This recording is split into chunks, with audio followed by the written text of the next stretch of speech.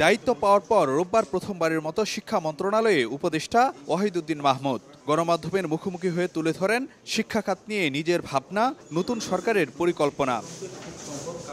নতুন শিক্ষাক্রম নিয়ে এতদিন ধরে নানা মহলে চলছিল বহুমুখী আলোচনা। নতুন শিক্ষা উপদেষ্টা মনে করেন বাস্তবায়নযোগ্য নয় এ শিক্ষাক্রম। সেক্ষেত্রে শিক্ষার্থীদের কোনো ধরনের অস্বস্তিতে না ফেলে ধীরে ধীরে আগের শিক্ষাক্রমে কিভাবে ফেরা যায় সে বিষয়টিকে অগ্রাধিকার দেওয়া হবে। শিক্ষা কার্যক্রম পাঠ্যক্রম তো উন্নত করতেই হবে, সময় বদলাচ্ছে, কিন্তু যেটা তৈরি করা হয়েছে এটা বাস্তবায়ন করা খুবই কঠিন বর্তমান পর্যায়ে। নতুন শিক্ষাক্রমকে আমরা খুব সম্ভব কার্যকর করা সম্ভব বলে আমি দেখছি না।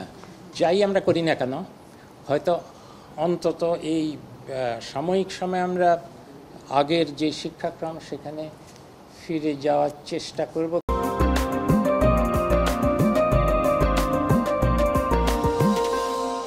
বর্তমানে পাবলিক বিশ্ববিদ্যালয়গুলোর বেশিরভাগেরই উপাচার্য পদত্যাগ করেছেন। সেক্ষেত্রে দ্রুত সময়ে এই শূন্যতা পূরণ করার কথাও জানান উপদেষ্টা।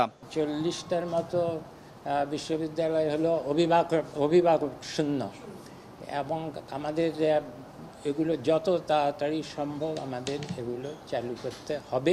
শিক্ষা প্রতিষ্ঠানে শৃঙ্খলা ফেরানো ও সুষ্ঠু পরিবেশ নিশ্চিতে সবার সহযোগিতার উপরও গুরুত্ব দেন শিক্ষা উপদেষ্টা। সেটা একটা ফর্মুলার ব্যাপার।